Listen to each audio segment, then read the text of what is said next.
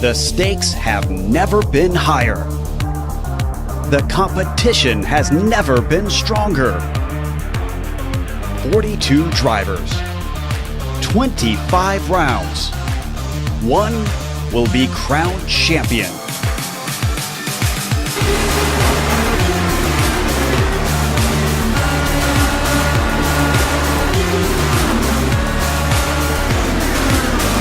Competition, commitment, excitement.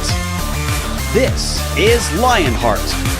Tune in Wednesday nights on the iRacing eSports Network to watch the cars and stars of Lionheart, the Lionheart IndyCar Series presented by First Medical Equipment.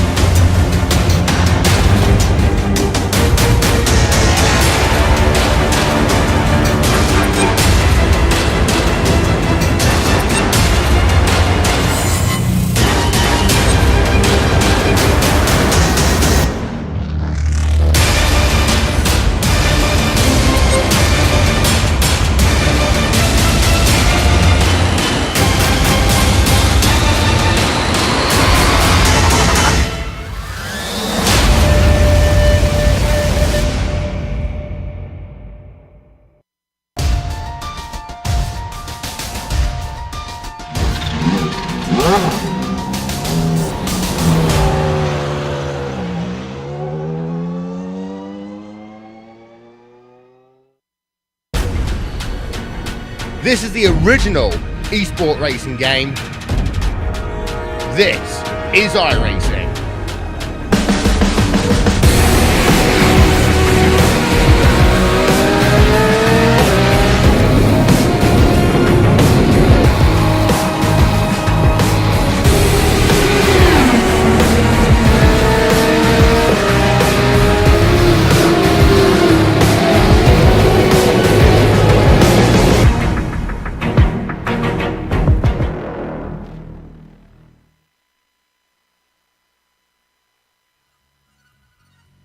While those who want to see variety in a championship might groan at learning Modolf won his 9th straight race in a row, the silver lining for them is that Espinosa held tight to the rear bumper of Carl for most of the race.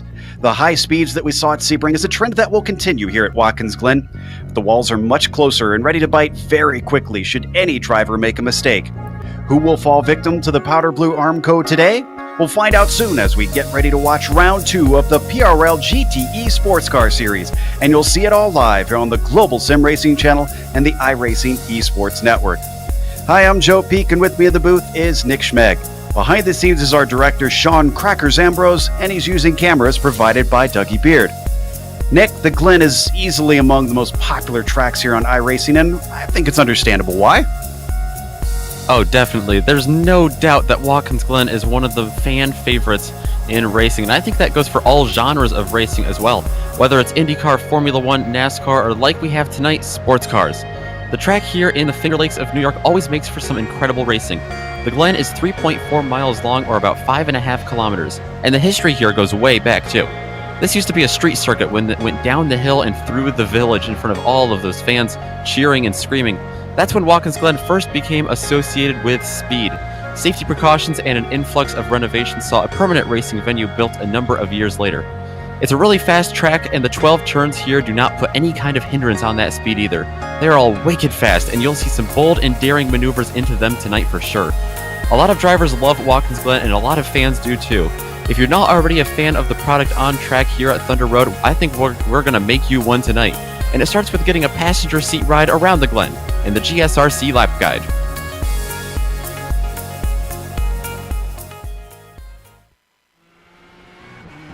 All right, we've got Taylor Burris and the GSRC 4 GT, so let's do a lap around Watkins Glen. Down into the 90, this is a great place to pass, but with the downhill braking, you've really got to be careful not to overshoot it. While you've got a lot of paved runoff, if you kill your speed on the exit, you're going to pay for it by the time you hit the backstretch. Even though the S's are pretty much a single file affair, it's still easily flat out, so the drivers behind will be catching a huge draft on you all the way up the hill. Once you hit the backstretch, they're likely going to be closing in quickly, and if they've timed it right, you could be helpless. The real danger isn't just in losing a spot. It's the fact that the next time you brake, it's for the inner loop. This chicane is notorious for wreaking havoc when cars go side by side. It's best if you sort it out by the time you're navigating through here. That then throws you directly into the carousel. This long banked bend requires quite a bit of patience so that you don't understeer your way into the Armco. Then, before you know it, you've got to switch sides to set up for the chute. When it comes to corners you don't want to overcook, this one ranks pretty high up there. There's no place to save it on the outside except for just plowing into the tires. As we come to the lowest part of the course, you'll be braking for the toe of the boot. You might see some passes here if someone catches a good run on their opponent. But as you can see, the best way through is to give yourself a nice late apex and confidently apply the power. This steep uphill climb is going to punish anyone who hesitates by sucking up all of their speed. Because of that, this run to the heel of the boot often sees pass attempts. Now, they don't always go off, but you've got to have your head on a swivel depending on who's behind you. After that, you hit what I consider the toughest corner of the track, turn 9. It's got a crested turn in, it's off camber, and the barriers on the exit are very, very close. No matter which way you lose it, it's likely you'll be catching damage.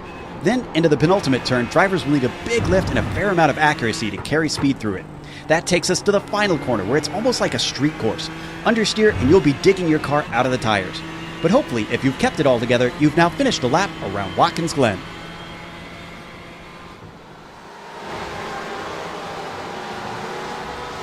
A lap around Watkins Glen. You could see the speed that these cars get around here that Nick was talking about. As always, today's race is brought to you by SimMSA. The Simulation Motorsports Association is a sim racing platform created by experienced racers. Established in 2015 and supported by the International Sim Racing Federation, the association is bringing together organizations and communities to further promote sim racing globally. Concentrating on all sims worldwide, they offer a focused opportunity for sim racers to compete with each other. They also provide consultancy services to this growing esports world. SimMSA offers solution for racing simulator requirements and custom-built simulator parts, as well as complete customization and upgrading of existing simulators. You can find them at SIMMSA.net. Today's broadcast is also proudly sponsored by Frazier Deeter. Frazier Deeter is a nationally recognized PCAOB registered CPA and advisory firm headquartered in Atlanta with thousands of clients globally. It provides a wide range of services, including tax, audit, advisory, internal controls, and transaction support to achieve each client's unique financial goals. With offices in Alpharetta, Atlanta, Las Vegas, Nashville, and Tampa, Frazier Deeter has consistently been named a best of the best CPA firm by Inside Public Accounting and is ranked among the top 60 largest CPA firms in the United States. You can find them at FrazierDeeter.com. We've now got one round in the championship. Nick, we've got some points on the board, so what do they look like? Absolutely. It's only after one round, like you mentioned, so it's not the runaway we saw quite yet for Karl Modov, and I'll be Curious to see, along with everyone else, if that runaway does grow. But right now, it is a 5-point gap, extremely manageable for everyone in the field, especially Andres Espinoza there in second. We saw him lead, actually, a little bit last week at Sebring in the opener. Jorge Flores, a fellow Porsche driver as well, up in that top 5 there, top 3 actually, you see there, as along with Christian Eisler and Sean Macbeth, rounding out the top 5. We also do have a team's championship up for grabs, though, and Karl Modoff, as you saw, had the runaway in the drivers' championship. He is a part of the team that is in second, actually, with CRT there. Speedworks Racing Team West is on top of that with Tremblay and Flores, but it is only a 2-point gap back to Modoff and Clark. Speedworks Racing Team East, the sister team of the leaders, of course, they are in third, tied with the North team, of course, from SRT as well. And SDS Racing Green, a couple of Argentinians in the field, are sitting there in 5th. So thankfully, with it still being tight early on, as you mentioned, it's possible for anybody to try and dethrone the likes of Karl Modoff. But the question is, can anybody actually do that? Let's take a look at what this race holds in store for drivers to have to take that win today. Round 2 out of 10. We've got 4 cars out there: the Porsche 911, Ferrari 488, Ford GT, and the BMW M8. Now, they can choose to change cars because iRacing has recently made a BOP adjustment. They have until round 3 to do that. We'll see if anybody decides to swap around in the next couple rounds. The race distance at 45 minutes, it means that they will have 1 pit stop, at least scheduled for fuel. Hopefully they don't have to stop for more times than that. Cars have an open setup, so they can tweak them exactly to how they like. And we've got an incident cap out here today. Always remember that. They've got 24 of those. They will be disqualified. And if they do accrue any sort of damage in those incidents, well, they've got no spare car waiting for them in the pit lane. So if you break it, you bought it. It's going to be a fascinating one out there with these close walls. If you've been enjoying the Precision Racing League, we've got both this and the Radical Series on the iRacing eSports Network. Make sure and click the subscribe button on their YouTube page. You'll get all of the PRL races that I just mentioned in your YouTube feed, along with the official World Championship Series. That includes both road and oval, dirt, and rallycross that you can catch here on IESN. We're watching qualifying right now, and Karl Modoff just continues this domination. Nick, he's got himself up on the pole, and it looks like he's got a handy nearly 4/10 second of a gap. Yeah, right now that's a good gap he has over Ben Perez, but we saw at Sebring last week a lot of qualifying times come in late during the session. People really saving up for that last 1 or 2 minute sprint here at the end of the 15-minute qualifying session. Wouldn't be surprised if we saw someone like Espinoza sitting in 3rd right now, or Montini, Federico Montini, that is sitting in 4th, bump their way up there slowly through the field.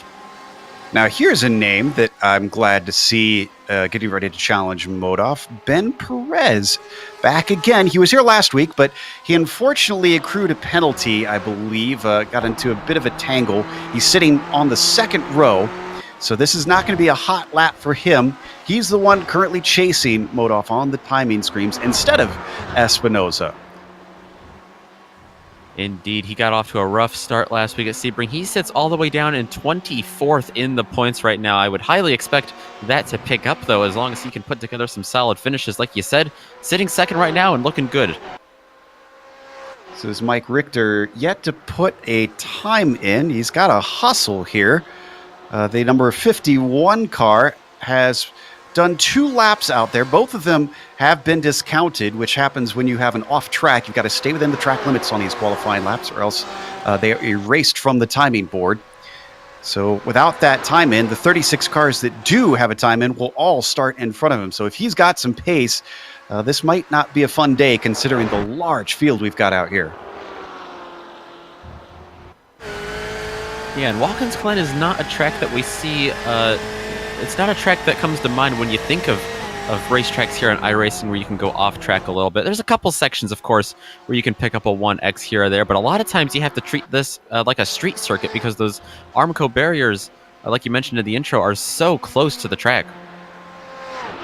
Christian Eisler returns once again. That last lap also did not count for the 727. He'll stay in P6. And you talk about some of the close walls and whatnot. My worry, especially whenever we get a big field like this, is the first couple laps going up through the S's. It's essentially like a street course. I always kind of worry about the potential for a pileup and a track blockage. Yeah, absolutely. We saw the Precision Racing League Radical Series here last Thursday night, and it was a very clean race right at the start, but just a couple of major incidents with just one, or a couple of minor incidents really, that really set off a couple of major incidents further back. There is a bit of a checkup here compared to other tracks. It's such a racing line dependent venue, and a lot of times we do see attrition play a major factor, so definitely something to keep your eye on tonight. Hopefully don't see any big names get taken out. I agree. Macbeth going to abandon that lap. He's still sitting in 5th. I'm not sure if he's got enough time to come around to start a lap. He's got to really hustle out if he does. And I think, yeah, he's decided to leave the car, so he's done for today. Modoff is still out there as we ride on board with Peterson, continuing to try to improve. We haven't seen a change between the top two. Perez still 0.385 behind our pole sitter. And Peterson on that last lap, unfortunately, did not improve. In fact, it did not count for him. All right, Ben Perez up to the line. He's had a few off tracks these last few laps, and it's another one. This is going to be his last try. We are under that minute 40 that most drivers are running. He's really got to make this one clean if he hopes to get on top.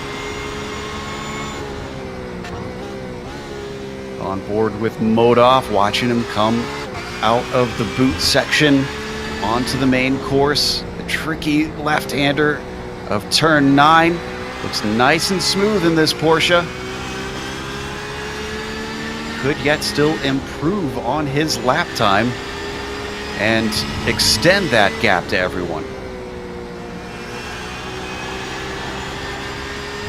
Off of the final corner.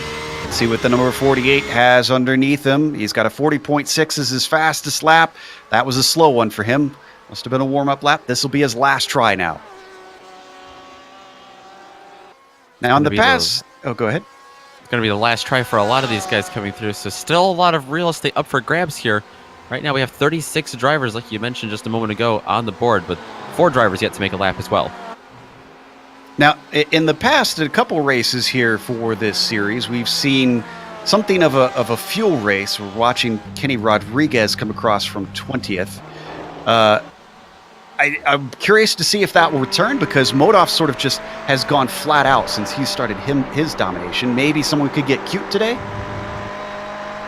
It is definitely a thirsty track. I wouldn't be surprised if we saw that situation play out at all.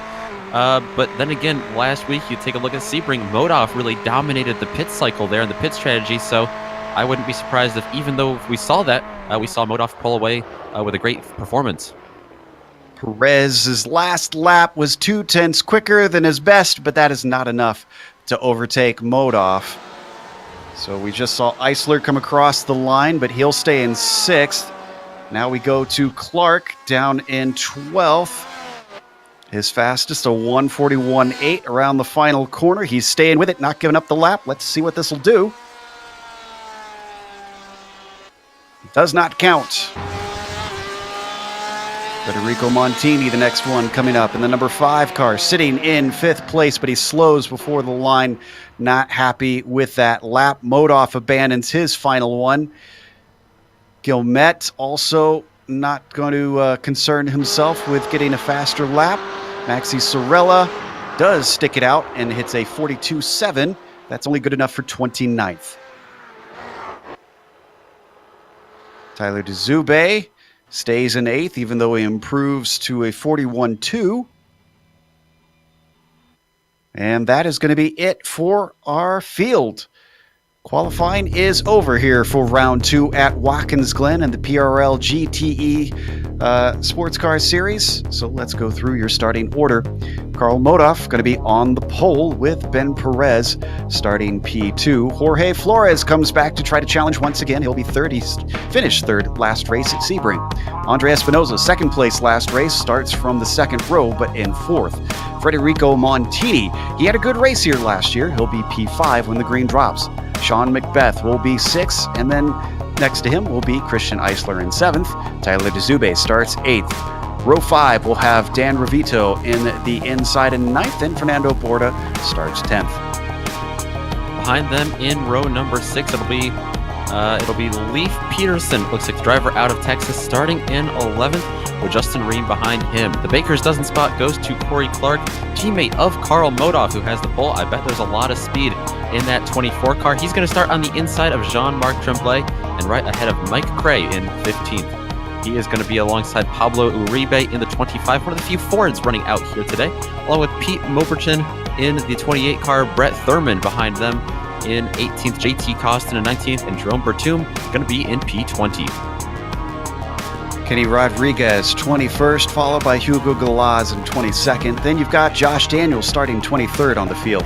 Cristobal Valenzuela will be P24. Takeshi Kita, actually pretty good qualifying for Takeshi, up to 25th. Then you've got Stephen Bench in 26. Rodrigo Munoz will be P27 and James LeBlanc in 28th. Tyler Gilmet will be 29th. Maxi Sorella, who we watched try to improve, was only able to get up to 30th. 31st goes to Lucio Vargas. Manuel Paredes is going to be alongside him in the number 42 machine. Carson Quint and Joey Trungale, we saw them involved in accidents last week at Sebring. Hopefully the pair of drivers there in row 17 will have it sorted out this week. David Slee and Danny Duchesne, a little bit of a poor qualifying, it looks like, for Danny Duchesne, starting back in 36 with Mike Richter and Gary Schilling behind them. They're going to be the last 2 cars to set qualifying times, with Horatio Brown and David Hebert going to be with no qualifying time, rounding out row number 20. Waiting for them to get started on the pace lap, and we can go racing for 45 minutes here in the PRL GTE Sports Car Series. Once again, want to give a big thank you to our sponsors for this season, Simulation MotorSports Association. Again, you can find them at SIMMSA.net if you want to check them out. And also to Frazier and Deeter if you need any accounting help. FrazierDeeter.com is the website you can check out for them. Looks like just about everybody out there waiting on our pole sitter to join the grid, and now he pops on. As we mentioned, very, very large fields. This rolling start should hopefully help, but also a little concerned about that first corner, the 90. You've got that runoff, but we've seen some bad tangles in the first corner on the first lap in just about any series at this track. Oh, absolutely. Everyone has a little bit of a different braking point going in there. Some people like to really swing that turn wide.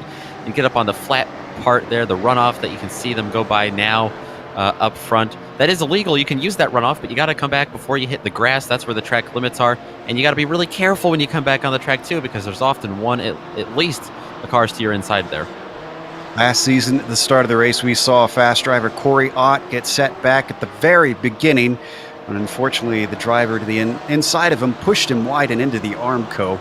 Ott not here today, but that could happen to any of the other drivers if they're not careful. So everybody's got to keep their head up. They hit the top of the hill, onto the back stretch, and then another danger zone that we see on this course, the inner loop at the end of this back stretch. We had, you mentioned we were here with the Radicals, and that caused a lot of trouble between drivers.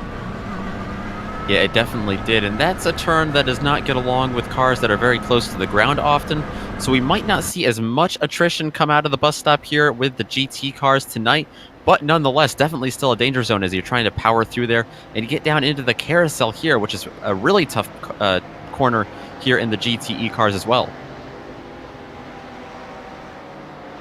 Now through the carousel and onto the boot section of the track.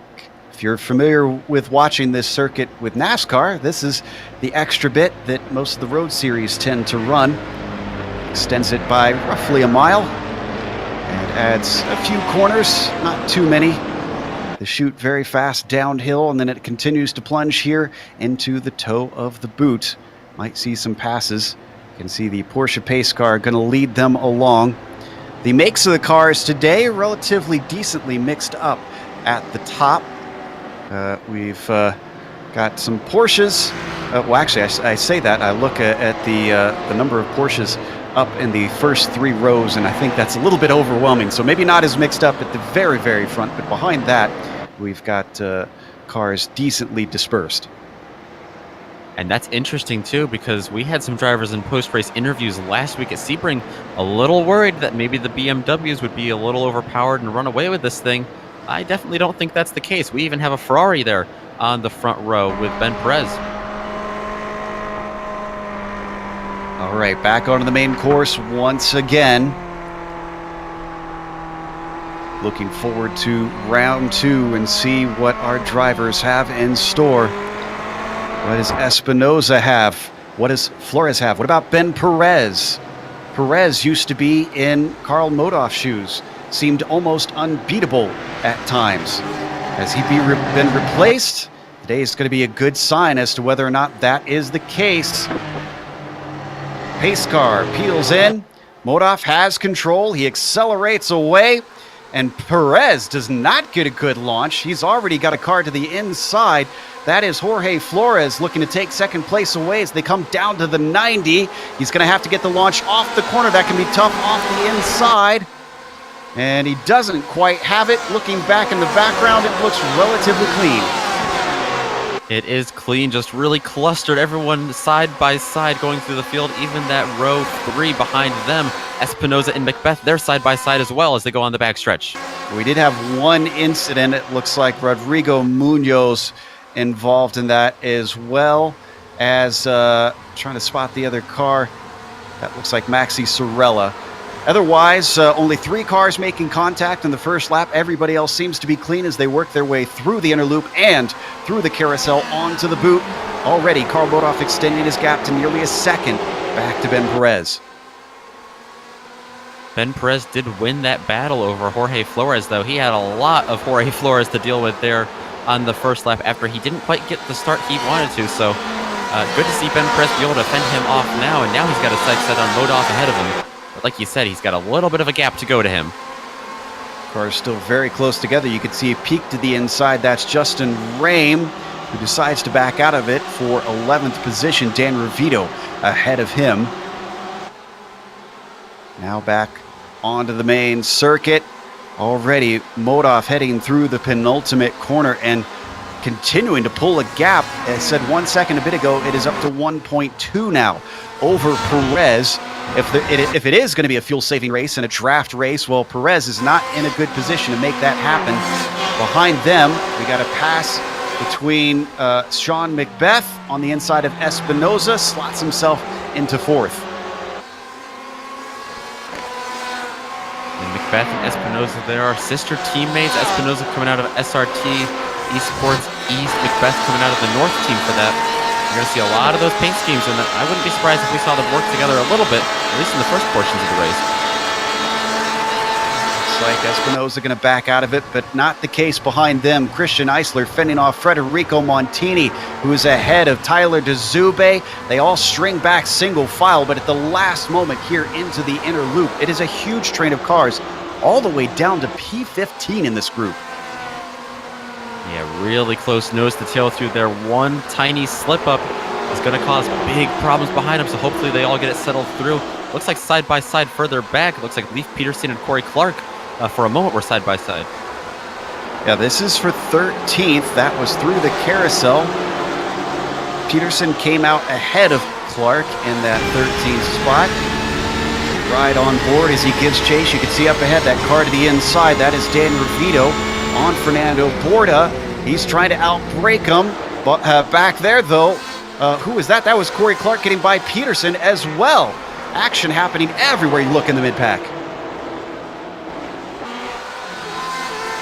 Like you said, Revito holding off Justin Rame behind him. He actually held him off on the outside of that tricky turn 9 there. They come through turns 10 and 11 now, snaking their way through onto the front stretch. And they are still single file, very nose to tail, though. Revito's got a good run on Fernando Borda. He gets a nose inside down to the 90. He's going to have to be deep on the brakes and then strong on the power coming out of there. Borda is not going to let him get the opportunity. It's a drag race up the hill through the S's. Behind them, Justin Rame in the popcorn position. Yeah, Rame got a lot of tow there, a lot of slipstream as well. That's going to be Jean-Marc Tremblay going to the left there. It is two deep, 2x2 here, and behind them, Corey Clark is going to come join the action as well. Ravito's got the inside of the first part. Eventually he gets it. Rame off course completely. He's going to get a slowdown penalty from that for sure. To the outside, Jean-Marc Tremblay takes advantage. He pops himself up to P11. Tremblay gets by. It looks like Justin Rame slowing down. Cars on the inside of him now. Corey Clark is there. Leif Peterson underneath him now. Peterson isn't able to sneak through as Rame finally gives the time back. That checkup, though, causes Pablo Uribe and broaden to go side by side as they come out of the toe of the boot. This is for P15. Pablo Valenzuela Uribe there making that work with the Ford underneath broaden. Been almost a chain reaction. We've been following this battle as it started all the way up with Eisler as cars get side by side. They get slowed up, and we're now looking at 16th all the way down here, where that effect, that butterfly effect, has caused so many opportunities, but only a few have been able to take advantage. That is a lot of cars. Nobody is able to get away from one another. Yeah, especially in the mid-pack. It's spreading out, like you said, a little bit ahead of him, but anywhere you look back here from roughly 8th or 9th on back, it is just a cluster. Like you said, if anybody has any sort of error, it's going to cause all sorts of problems as we jump back to our leader, who really doesn't have that pressure that Ben Perez fans would have hoped for. Perez staying about 1.5 seconds back, but really not threatening. If anything, he's a lot closer to Jorge Flores, who's back there in third, exactly where he finished at Sebring.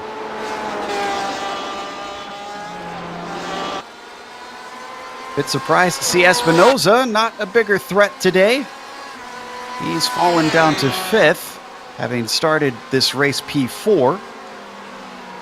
Yeah, that car was very fast at Sebring. It was great performance. He actually got around Modoff for a little bit of that race after Carl Modoff made a bit of a mistake, and he was able to hold him off for a little bit. After that, pit cycles happened, and Espinoza had to settle for second. But nonetheless, he got off to a great start from the season, and I'm sure he'd love a top 5 like he's got now, but even more so a podium.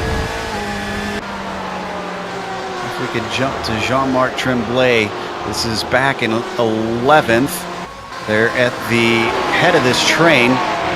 Borda is seeing a lot of that green, white, and black in his mirrors as Tremblay weaves back and forth looking for an opportunity. This is another one, pokes his nose in, but he comes back to the racing line, not confident about it here. Maybe trying to set him up out of the 90, looking to get the power down in that Porsche. And it's going to keep him with him. Is the slipstream going to be enough to offer a pass? Let's find out. Tremblay is there. He goes to the outside into the grass just a little bit. Back to the inside, though.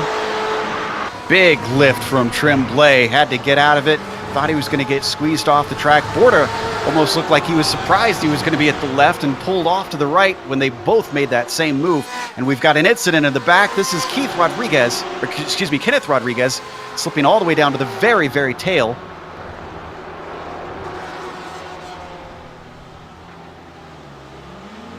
Let's see what happened in the replay. Mike Cray is the other car involved. Yeah. Just has his nose in, you can see there, and they come together. Yeah, that's exactly what happened. Side by side, we mentioned the dangers of the inner loop here, right on the pace lap, and that's exactly what will happen. That track gets so narrow into there, and the racing line, you need to be on that so much to stay fast through there. Those drivers just weren't willing to give an inch. Everybody was so close together. That was that was a long time for him to get back on track. And Jerome Bertone was the first car that came upon that. He made a beautiful job just sneaking through the middle of those spinning cars. Rodriguez all the way down to 37th.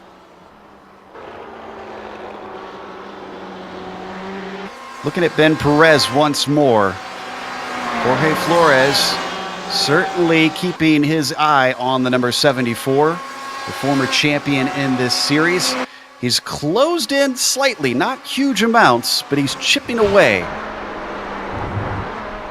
He definitely has, and he's got Perez in his sights. He's trying to reel him in here. This track's so fast, you have to be so precise in a lot of these turns here at the Glen. With speed comes that need for precision. Right on the bumper of Ben Perez, looking back at Flores. You can see we've had some cloud cover periodically. It's not too bad of conditions, hovering around 90 degrees Fahrenheit, up and down above that here and there because of the changeable sunlight that we've had. Looking back at 11th, we've been watching this battle a little bit. Fernando Borda. Oh, but it's with Corey Clark now because Jean-Marc Tremblay has fully gotten by. Defensive move by Borda down to the inside of the heel. Can Corey Clark get this done the long way around? He's going to try. That's just not quite enough. No. Oh, nobody turns him! And that is, Pete Mobrotten, who unfortunately also got into him, trying to avoid the spinning car. Looks like Pablo Uribe also involved in that as well. He came through and hit him as well. Yeah, Mobrotten, unfortunately, just completely blinded by the car ahead, and suddenly there is Borda's car back across the track. Clark and Borda were so close coming out of the heel and looking up the hill into turn 9 to get back on the cup circuit here, and I think Clark just shifted off his line a little bit, and I don't think Borda expected him to be there.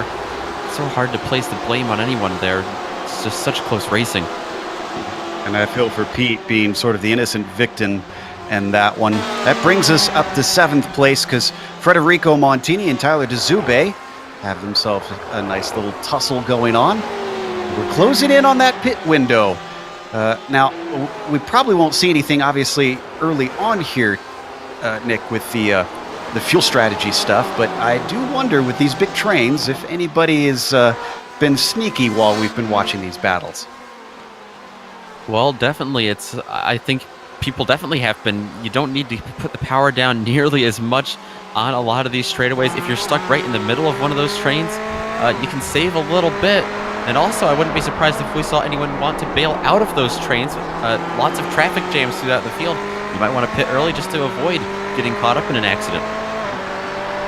On board with the Carolina driver, still giving chase to Montini. Federico with a couple podiums last season. Didn't get one in the first round.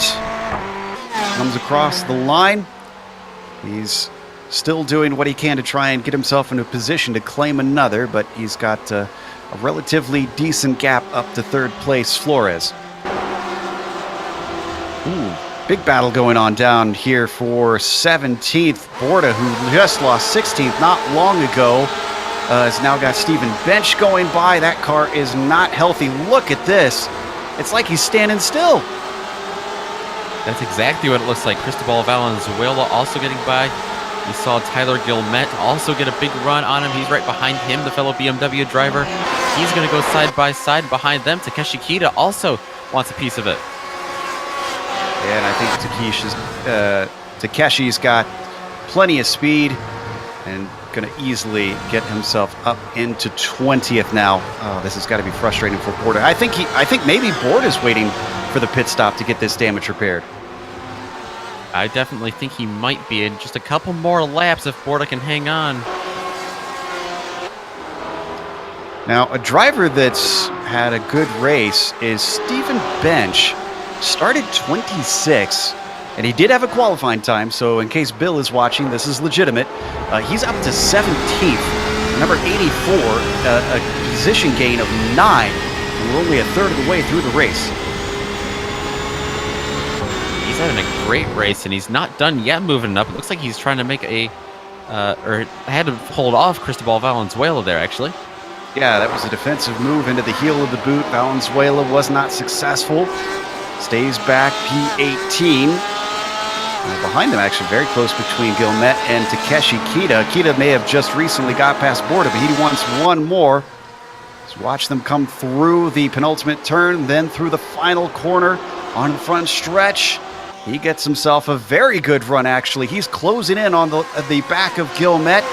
The 555 car doesn't go defensive, and Keisha also doesn't go on the attack.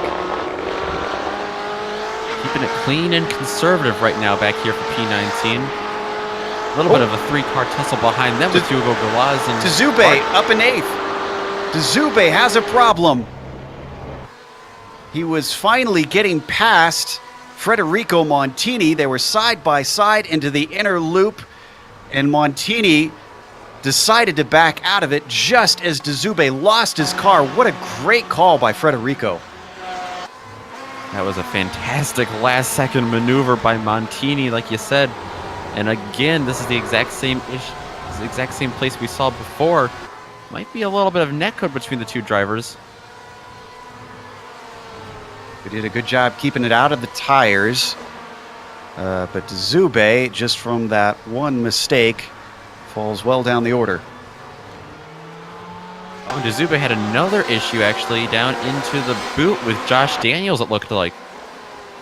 Actually, I don't think Daniels was a part of that. I think Dzube lost it all by himself. Yeah, that was... Oh, he was to the inside. Maybe he put him off.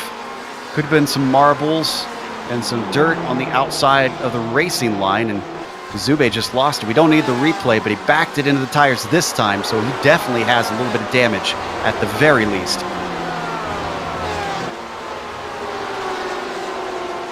And if you were wondering about the lead, you saw that graphic at the top of the screen just a moment ago. We don't have to go there, but Modov with the fastest lap in this race again. Pulling away from Ben Perez. It is now 2.5 seconds. If anything, the battle for second that we're watching right now is getting more and more intense. Flores, who is 0.6 behind P2, is now 0.3 of a second behind. I think that's definitely one of the reasons Modov is getting faster and faster. Is he's got nothing to worry about because behind him he's got quite a battle here, like you said, with Perez and Flores that we're watching now.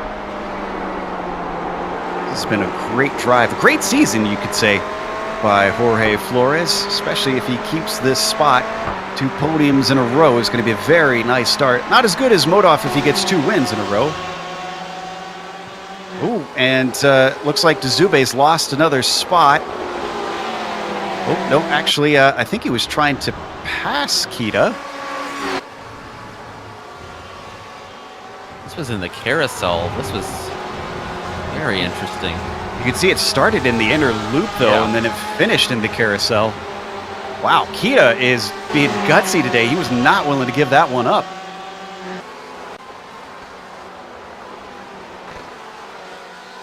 We must have had an issue with Gary Schilling because he suddenly jumped around on the timing screen. Oh, this is a monster crash. If we could get a replay of this. He's currently shown in 12th and falling down quickly. It was also with the car of Joey Trungale. Trungale also losing positions. I think we've got the replay. Schilling went for a wild ride. We'll have to back up. It was into the inner loop. Here we go. Now we're going to see it.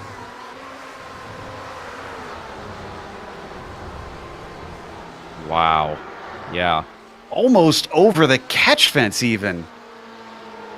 Landed on his lid, so actually had to take that tow. Even if his car could have driven. Wheels without being on the ground is not going to make it move forward. So let's go back to 3rd place. Oh, Ben Perez has responded. Look at this.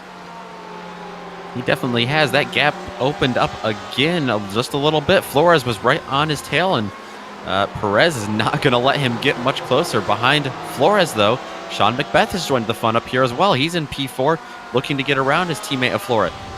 And don't forget, Sean McBeth actually made a pass early in the race to get by Espinoza. He's since dropped Espinoza like a bad habit, 3.2 seconds behind him. Credit to McBeth on this one.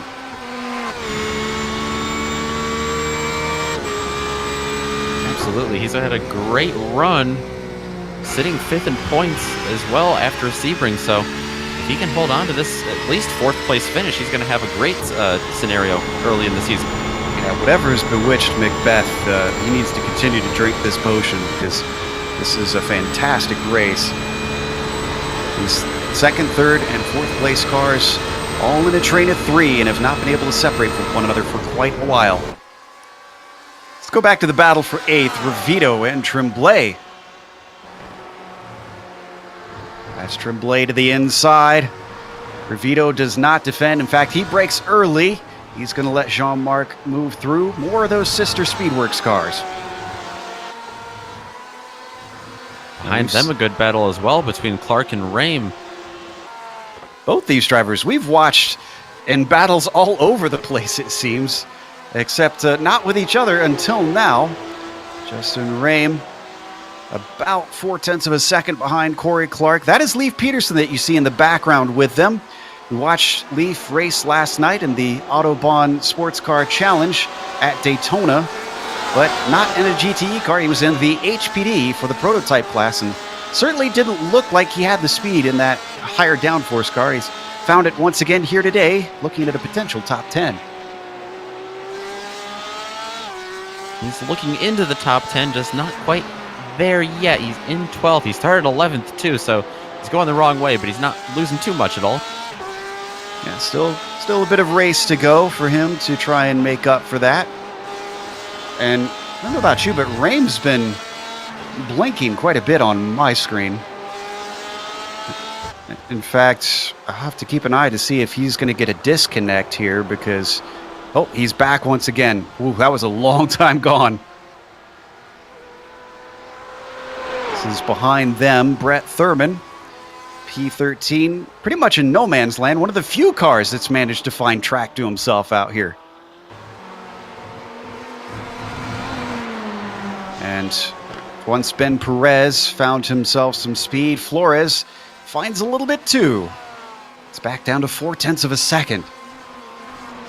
Yeah, we were just mentioning how Thurman was able to find a little bit of track for himself back with Leif Peterson. These drivers have not been able to find a little bit of track for themselves because they've been pretty close together for the for most of the duration of this race, with once again Sean Macbeth riding there behind them in 4th. He hasn't closed that gap in much, but Flores has significantly closed in on Perez. We've had a few of the drivers in the mid-pack come in for their scheduled stops. Dezube, Duchesne, and Munoz have all been in and out already. Everybody else has been an unscheduled stop. Joey Trungale, one of them, who's multiple laps down. Gary Schilling is actually still either getting repairs or a tow. Take your pick. So we stay on this battle for P2. Perez once again is finding something in that car to extend the gap to about 0.6 of a second.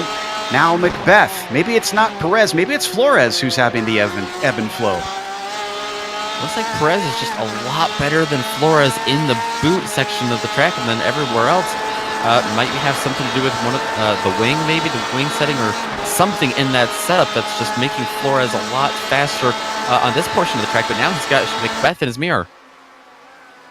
And that is a lapped car. That's Jerome Bertome letting them through. Macbeth gets awful close, but he runs out of track before the inner loop. Oh, a little hot into there for Flores. Almost goes off the track. And the last apex brings it back together, collects himself. Look at how much of an advantage this has given Sean Macbeth now. Less than a car length back when they were braking for the chute, but he loses a little bit there. Obviously pushing, wanting to try and get himself onto the podium.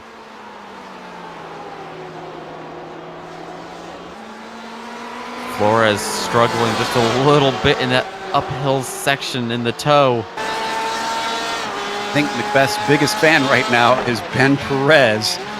He'd love to see them start to fight because he's already getting himself a gap with the mistakes we're seeing from Flores. The Hispano-American driver needing to clean things up. Maybe you talked about getting a little tricky with pit strategy. Maybe this is the time for Flores to come in. Oh, Justin Rame in in the chute. Did he hit the wall?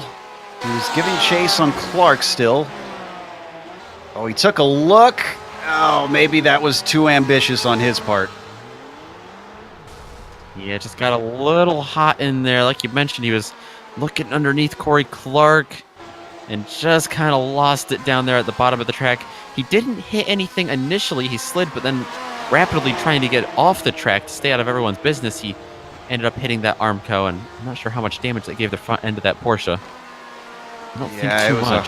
That was a hard thunk. Meanwhile, it wasn't Flores that came in to try to get himself out of the battle. It was Sean Macbeth. Oh. He is now our highest pitter. And that really kind of surprises me, because you'd think out of everyone in that group, Macbeth would be saving the most fuel, but maybe he's just trying to do a little bit of short pit strategy and pull some tricks out of his sleeve. That has allowed Flores to really close back in on Perez, though. Well, maybe that's exactly why he pitted early. He figured that if he comes in at an opposing time to these two, that gives him he could get the jump on them. But we'll see. He's back out in P12. None of our other leaders have come in. Other than Macbeth, the only other highest pitter is Hugo Glass down in 23rd. So really, Macbeth pulling an alternate strategy to all the other cars around him.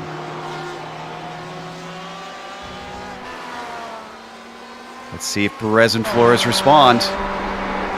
Got quite a bit of cloud cover right now. This is going to cool the track down, which is great for Macbeth. Give him a chance for some hot laps. Perez and Flores both stay out.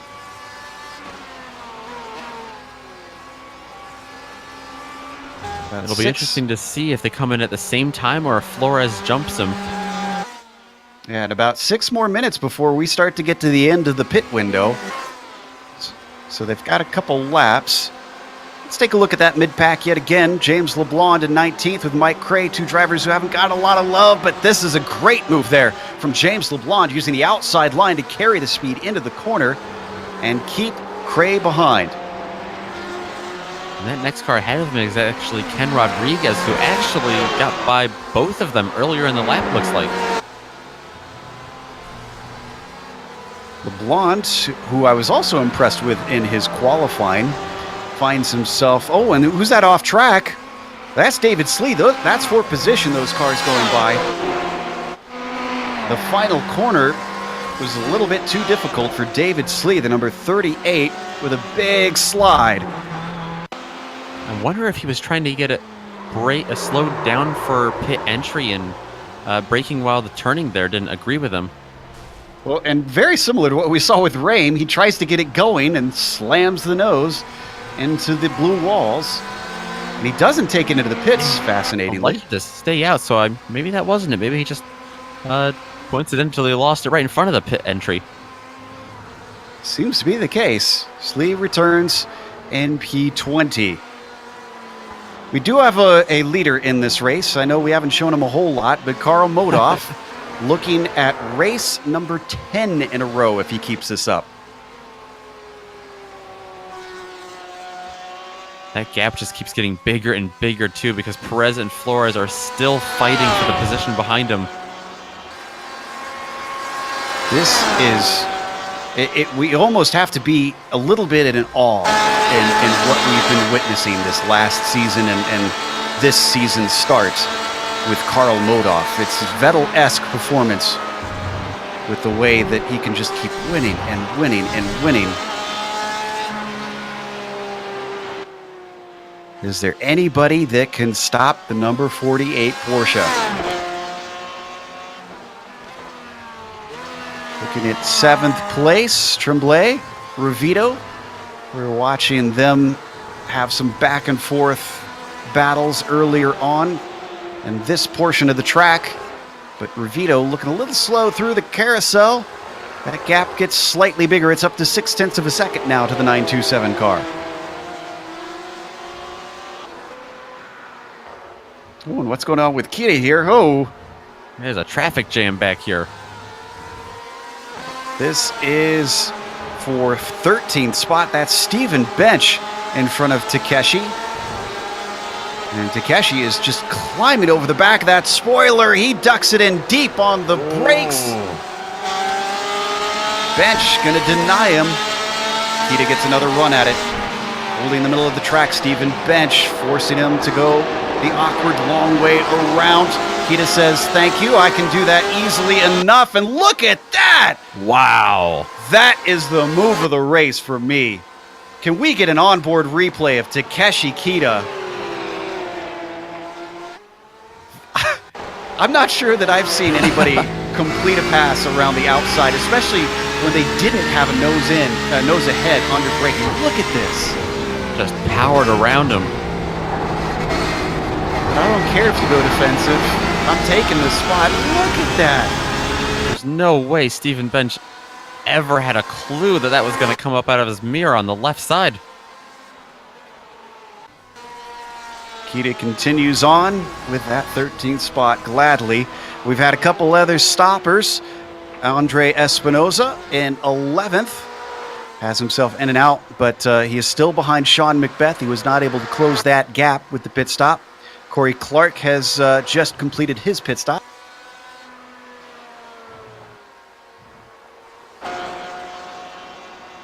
Clark returns P15. Starting to see the dominoes fall in terms of strategy. Ben Perez, who is still about 4 seconds behind Modoff, is dealing with Jorge Flores, applying immense pressure, but dealing with it well, you have to say. We haven't really seen major mistakes from the 74. Oh, and it looks like the 74 of Perez is coming into pit right now as well. That is going to leave Flores on track to give him second place for the time being. All right, here's a big question. The 252 of Sean McBeth. He pitted many laps ago at this point. 3 of them to be exact. Actually, almost 4. He's coming around the penultimate corner. Ben Perez still hasn't even hit his stall. He only needed about 10 seconds stationary. Perez now getting his fuel. McBeth on the front stretch. Perez is out. Where's McBeth? McBeth, I think he's going to get by. It's going to be tight. Wow. Sean McBeth able to jump Ben Perez. And remember, Perez was ahead of Flores. This could mean that McBeth is all the way up to P2 now. It definitely could. I'm very curious to see Flores come in now, because that was virtually side by side that McBeth exited the pits, or Perez exited the pits with McBeth there. Perez does have a chance to try to take this one back. He's on the back of Sean McBeth and doing what he can to try and see if he could squeeze by. Will Flores come in this lap? Does he have enough fuel to go another? We're already down to 12 minutes to go. This is awful late. Modoff has to come in too, remember. It's a good point. In fact, Modoff's coming up to the pit entry right now. Let's see if the 48 gives us a clue as to whether or not this is it. He is going to come in. Yep. Flores as well coming in behind him. Christian Eisler's in third. He's going to come in as well. And we haven't put the cameras on Eisler much at all. The Iceman been running a bit of a quiet race. Federico Montini and Tremblay. It's been a good race for Christian Eisler, though, despite it being quiet. Started 7th, and he's up to 3rd for now with pit cycles. Modoff is out of his stall and done. Flores as well. Where's McBeth? McBeth coming through. Oh, this is awful tight, but I don't think he's got it. Jorge Flores is going to move up into second with that pit stop. Sean McBeth slots into third. Ben Perez, though, 2 positions lost in the pit cycle. Oh, and McBeth's got a big run right now on Flores, too. He's going to look to the outside now, going into the inner loop, side by side down the backstretch. Let's see if he can make it work. No one's willing to give way. Finally, McBeth slots in behind. There were no team orders there.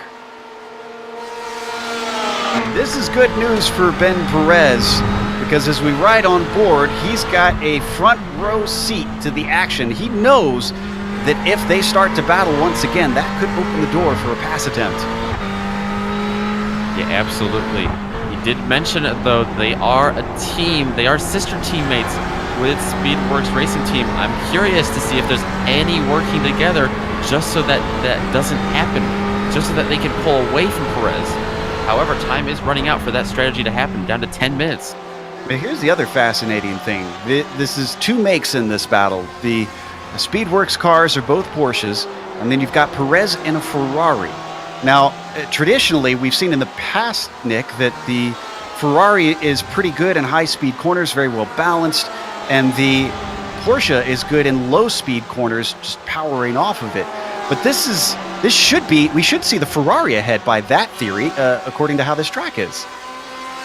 We should. We did see earlier, before those pit stops, we did see Perez in his Ferrari struggle a little bit down in the boot when he was battling with Jorge Flores, though. Flores was able to get a bit of a run on him, but then Perez was able to gap quite a bit, already back on the front stretch, and then up through the S's as they are now. So by that theory, you're right. Perez should be in decent shape, but they do have the car of Sean Macbeth in between them. Ooh, is he going to be in between there? Nope, he backs out of it. He lifts before they get to the inner loop. So not going to challenge his teammate this time. Or is he? He gets a nose-in. A mistake coming out of the inner loop means that Jorge Flores, unfortunately, is going to have to swap positions. Macbeth now up to P2, having qualified in 6th today.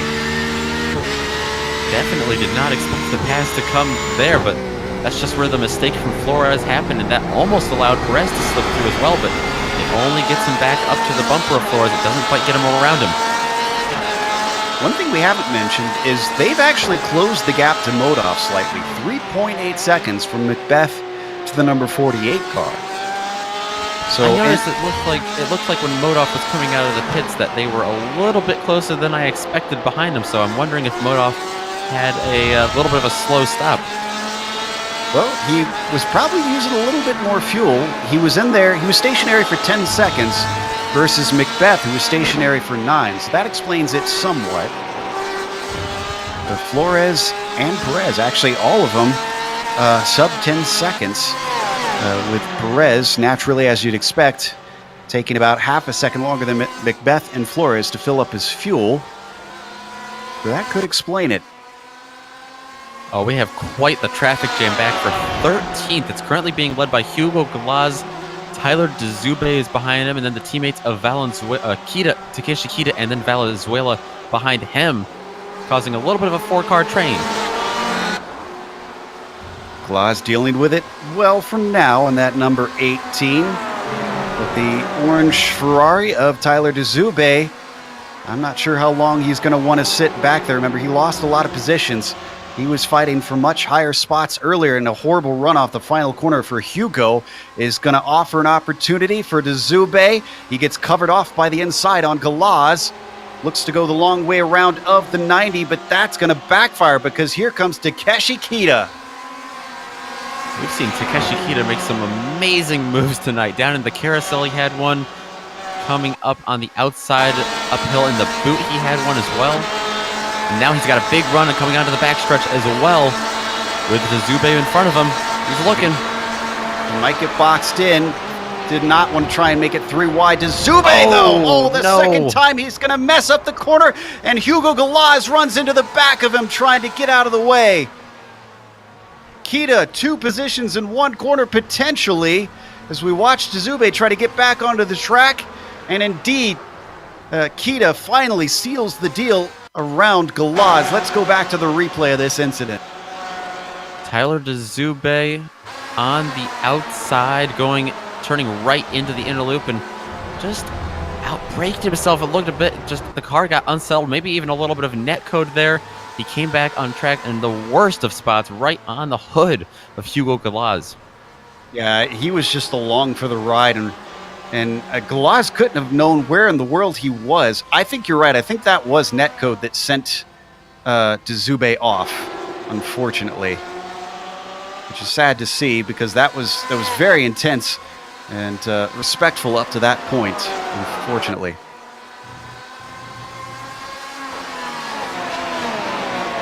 Oh, wow. Ben Perez is by Flores. When did we miss this? That just happened just now. Let's take a look at the replay. It was into the inner loop, set up on the backstretch. You could see already using the slipstream, Nick, on his way up the S's. Got a big run. Ooh, Flores had a huge bobble there. Did a good job of keeping from losing the car. He would have gone right into the side of Perez and would have had a very similar incident to what we saw with Dzube. Yeah, and a very similar bobble from Flores there as well, from the little bobble he had for Sean McBeth to be able to get by him down into the carousel just a few laps ago. So something in the setup of that 929 car for Jorge Flores, not agreeing with a couple of these turns there in the backstretch section. Car that is very much in agreement with its setup is Carl Modhoff's. He has extended the gap now to 4.5 seconds over Sean McBeth. McBeth having really no answer to try and run down Carl, but I think that the 252 is still going to be pleased with what he's achieved today. Let's take a look at the mid-pack once more, because Justin Rame, who can't seem to get away from the action, is trying to fend off Cristobal Valenzuela. That was Gary Schilling we saw slow, and I think he was just letting them through due to blue flag, so no problems there for Gary. Like I said, this is for 15th place here with Justin Rame. 14th, rather. Valenzuela staying in his tire tracks, plunging down into the braking for the 90. Porsche versus Porsche. Off the 90-degree right-hander and up the hill. Great run, actually, from Justin Rame. Looks like he's got that damage fixed on the nose of the car because that looks spick and span. And Valenzuela just too far back to really make any sort of threat to the inner loop.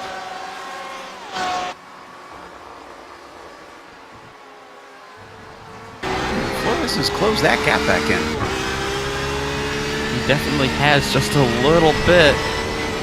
But Ben Perez looks so fast, and just a little couple of bobbles from Flores has caused him to not be able to keep the pace and stay in front of Perez. It has hurt him.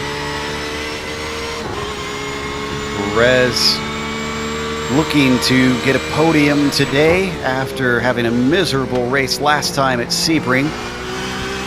Guessing he probably doesn't want to fight too hard if it comes down to it, just to try to get himself some solid points in the second race of the season. And the third place will certainly do that.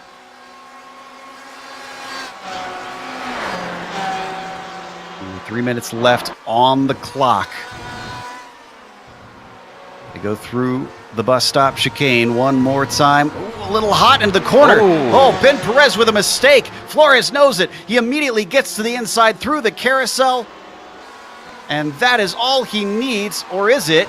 Ben Perez carrying the momentum on the high side of that banking. That gives him the inside to the chute. They do make contact. Oh, no. Ben Perez collects it, keeps it off the wall, but it's not good enough to keep... Well, no, that was a lapped car. Jerome Bertome sneaks through. Perez stays P4, but loses out to Flores. Ben Perez's car so unsettled ever since the inner loop. He got it down into the boot on the inside, still trying to get around Jorge Flores, and just a little bit of contact in front of him, enough to send him into the grass. Kept it off the wall, though, like you said.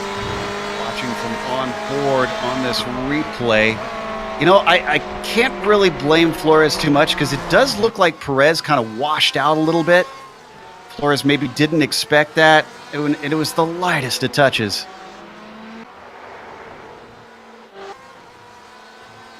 So this will make a 2-3 finish for the Speedworks team between McBeth and Flores if they hold where they are.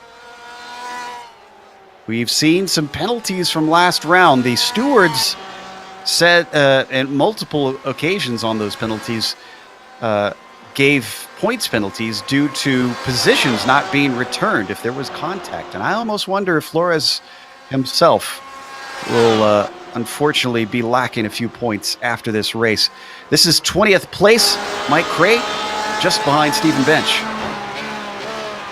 are two drivers that also have not seemed to be able to stay out of the spotlight tonight. Stephen Bench has had a great race, coming up from 26th up to 20th. Mike Cray, not so much. He's gone the other way. He started 15th down to 21st. BMW versus Porsche battle as Cray dipping his wheels into the dirt coming out of turn 9, but holding the car together.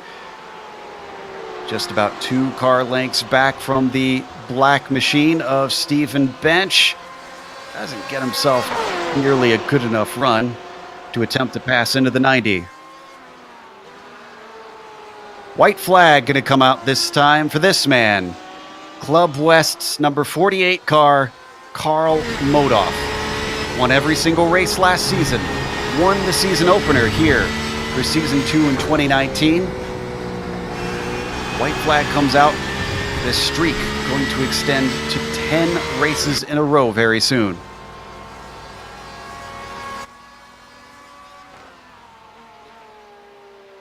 Sun even going to come out to shine on him potentially here. Now, Ravito and Tremblay have been relatively close to each other. Is it going to get close enough for any sort of battle? That's David Slee that they're going by. That's a lapped car that they're getting through. Yeah, Tremblay's been really chasing Ravito hard, and he hasn't been able to make too much headway. I don't think he's going to have enough speed in that 927 Porsche to close in on this lap either. We don't need to go to it, but poor James LeBlanc had a thwack against the wall in the final corner. He had to take a tow. He's out of this race now. Not going to be able to finish. With 1 to go. Oh. So, as Carl Modoff comes through the toe of the boot, the gap at this point seems to be more managed. As Carl Modoff has about 4.5 seconds to Macbeth. We saw that a little bit earlier. Not extending, I suspect, the number 48 at this point. Just watching and paying attention to how he drives so that he doesn't throw away another potential win. 2 corners to go. Oh, that's a car off. That is Manuel Paredes. Must have had some problems. No problems for Carl Modoff, though. Easily through the final corner, down to the finish line. The number 48 takes his 10th victory in 10 races. Macbeth comes across the line in second. Great result for him. Flores behind him. He's going to hold off Perez for P4. And Perez actually didn't lose any positions with that incident either. He finishes 4th, it looks like. Not sure he'll be happy with it, though. 8th place. Going to come down to the line, but Danny Ravito, less than a second between himself and Jean-Marc Tremblay. 9th for Jean-Marc. How about this battle for 13th behind him with Takeshi Kita?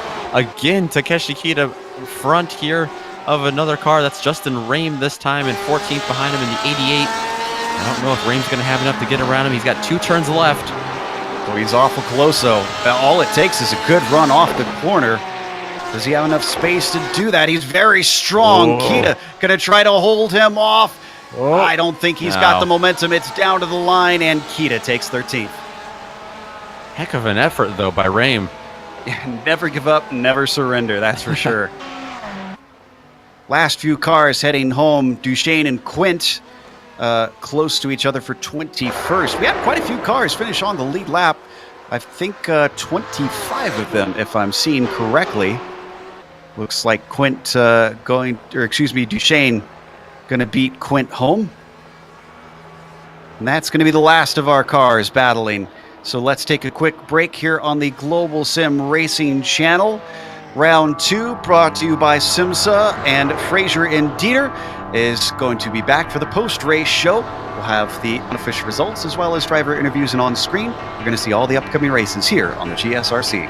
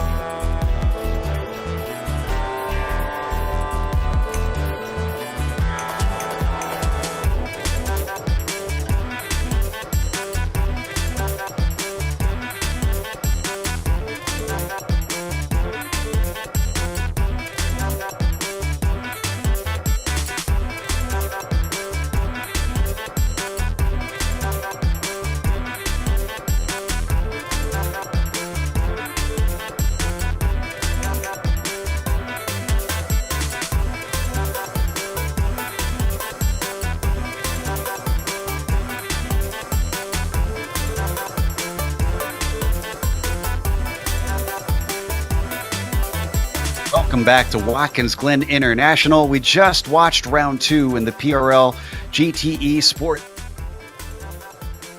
Modoff taking yet another victory, his 10th in a row.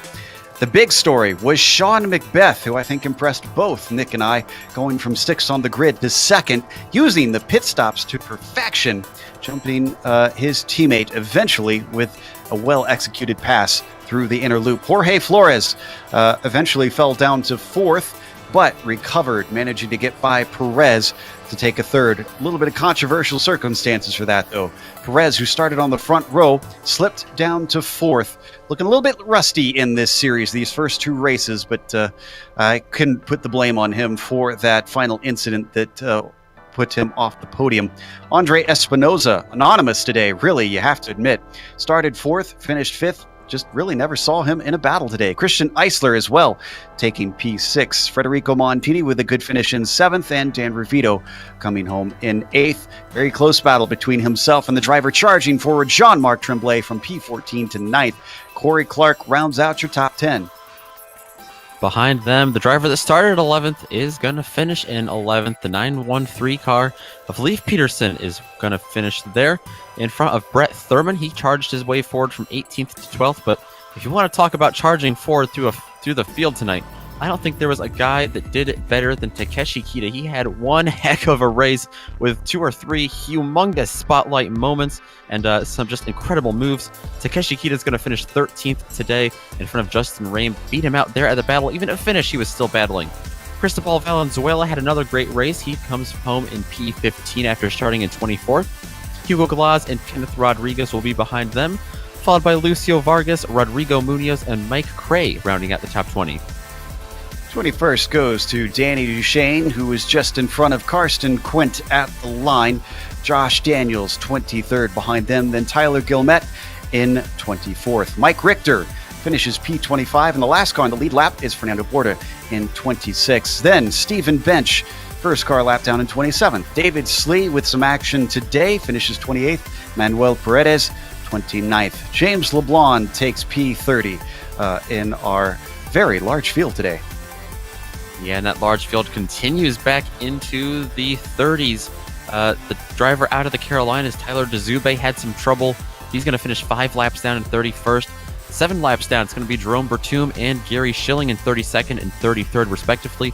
JT Costin in the 8 had he's going to finish 14 laps down in 34th. 16 laps down behind him, Joey Trungale rounds out the top 35. A couple of drivers further back, Pablo Uribe, Pete Mobroten also with DNFs tonight. Maxi Sorella, he was an early one out. And Horatio Brown and David Haber, they are going to round out the top 40 tonight. Well, we've got our winner ready to talk to us. Carl Modoff gets this one a little bit more of a gap than he had last round, 4.5 seconds. Carl, they gained a little bit on you on the pit stops. I take it that maybe you probably weren't fuel saving this race from what we saw. No, definitely no fuel saving. Just kind of flat out the whole time. Every time I try and slow down and take it easy, I usually make a mistake. So decided that is a bad idea. All right. Well, it worked well for you today. This race certainly seems to be, this track, I should say, seems to be a strong one for you because if I recall, it was a relatively calm one for you last time where you just kind of managed the gap and ran to the finish. Do you consider Watkins Glen a favorite of yours? Yeah, it's a really great track to drive. It has a lot of good flow to it, and the elevation change really allows you to kind of take unique lines that aren't just as straightforward as it normally would be without the kind of different pavement surfaces. So it's a lot of fun to drive and have a lot of laps here because it's so fun to drive. So I definitely would consider it a pretty strong track. So here's an interesting question for you then. How do you feel about Rovals? I think it's interesting to watch the NASCAR race at the Roval. I ran my first couple laps yesterday morning at Homestead, and that track's, I don't know how it's going to play out. It's very interesting. Seems like it has very tight corners with long straightaways, so I don't think there's going to be any breaking away with the amount of draft around the oval section. But I think it will make for some really interesting racing, so I'm looking forward.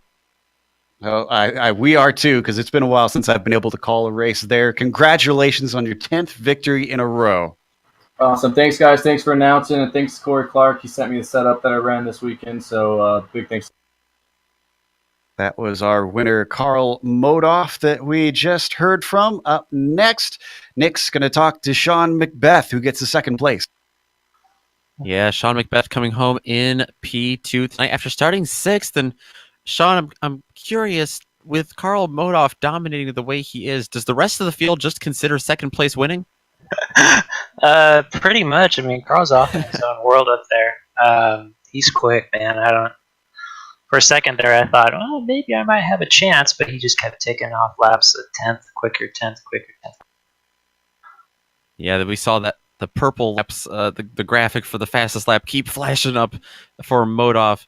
I'm curious, you are sister teammates with Jorge Flores, being him in the west, you in the north. Do all the SRT guys work together, or were you able to get past Perez with a little bit of teamwork, or how does that all work out, or do you just race for it? We all work together.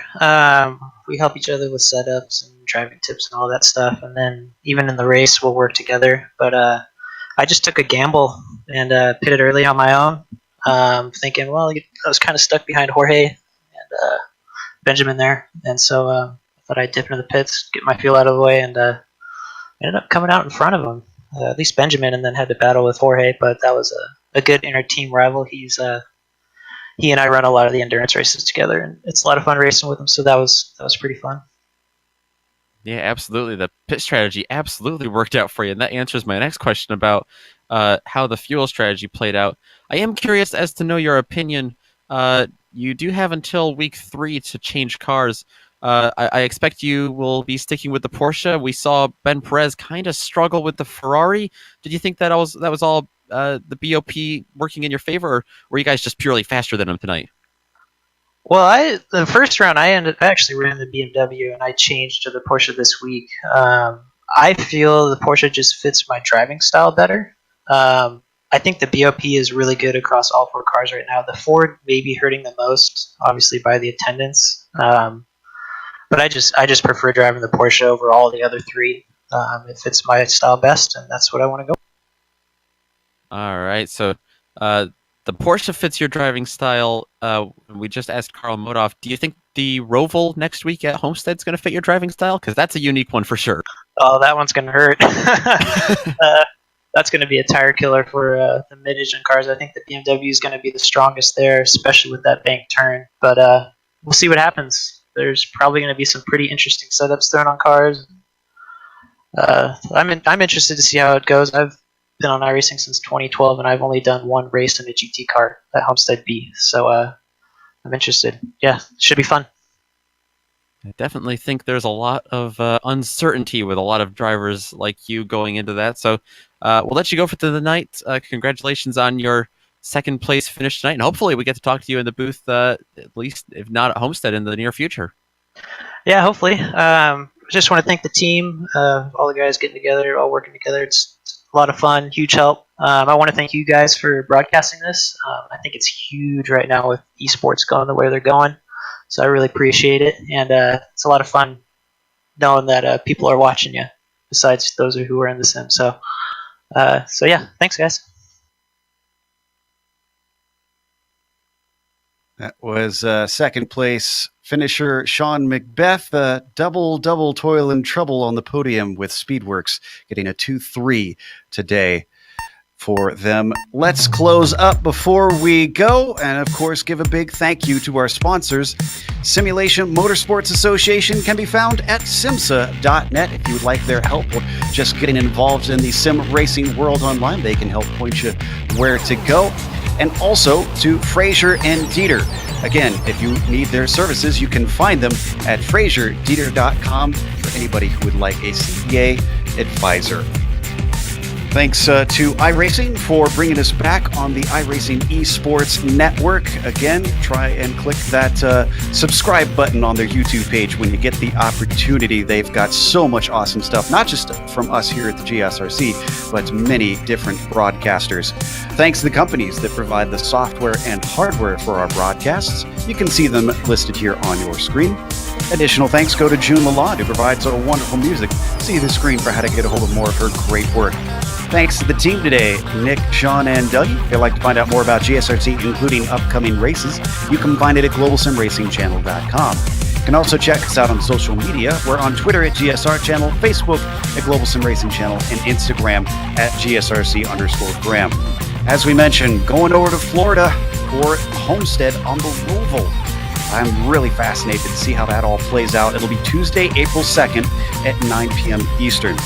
We also have upcoming races for other series listed on the screen, so check those out and mark them down on your calendar. But until next time, race clean, race hard. We'll see you on the track.